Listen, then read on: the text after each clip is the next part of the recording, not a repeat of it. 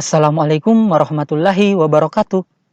Pada kesempatan ini, kita akan membahas mengenai faktor pergerakan dan pergeseran kurva permintaan.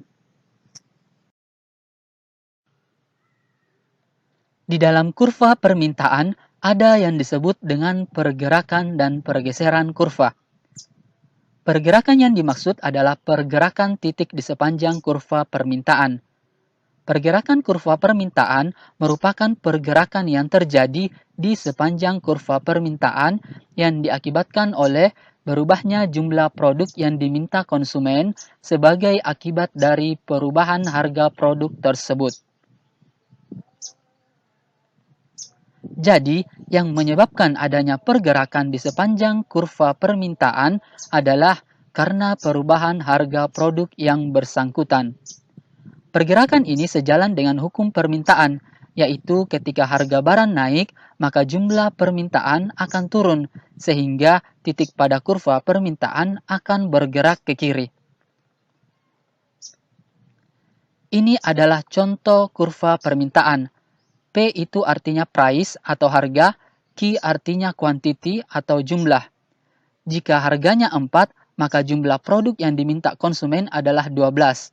Jika harganya mengalami kenaikan menjadi 6, maka jumlah produk yang diminta konsumen mengalami penurunan menjadi 9. Dan jika harganya semakin tinggi yaitu 10, maka jumlah produk yang diminta konsumen juga semakin menurun menjadi 3. Hal ini sejalan dengan hukum permintaan, yaitu ketika harga barang naik, maka jumlah permintaan akan turun, sehingga titik kurva permintaan akan bergerak ke kiri.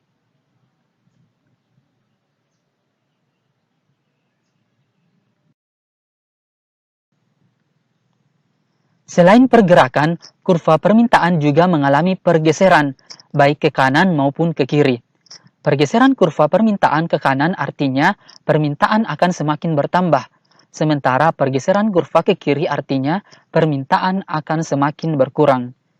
Pergeseran ini terjadi karena berubahnya jumlah produk yang diminta konsumen sebagai akibat dari berbagai faktor, kecuali faktor harga produk tersebut.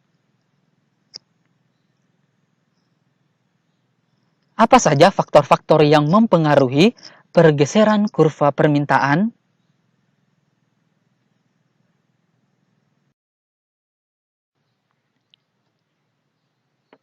Ini adalah tabel faktor-faktor pergeseran kurva permintaan.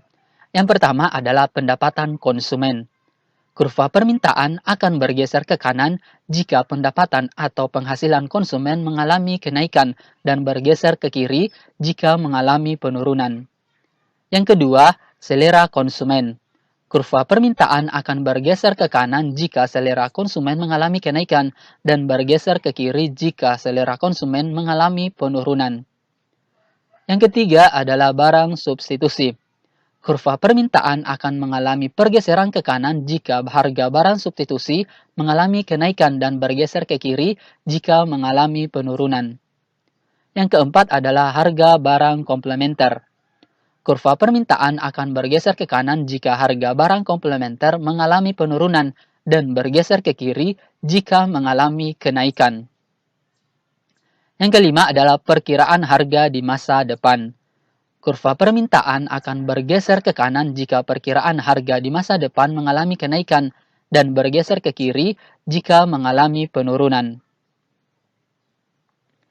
Di sini terdapat beberapa gambar. Gambar pertama mengilustrasikan pendapatan masyarakat.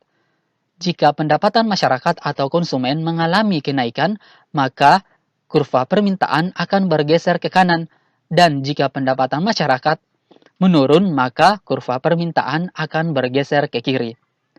Gambar selanjutnya adalah ilustrasi barang substitusi, yaitu antara cabai dan sambal. Barang substitusi dari cabai adalah sambal. Jika barang substitusi ini yaitu sambal mengalami kenaikan, maka kurva permintaan akan bergeser ke kanan. Dan jika mengalami penurunan, maka kurva permintaan akan bergeser ke kiri. Dan gambar yang terakhir adalah ilustrasi barang komplementer, yaitu kopi dan gula. Jika harga gula mengalami penurunan, maka kurva permintaan akan bergeser ke kanan, dan jika mengalami kenaikan, maka kurva permintaan akan bergeser ke kiri.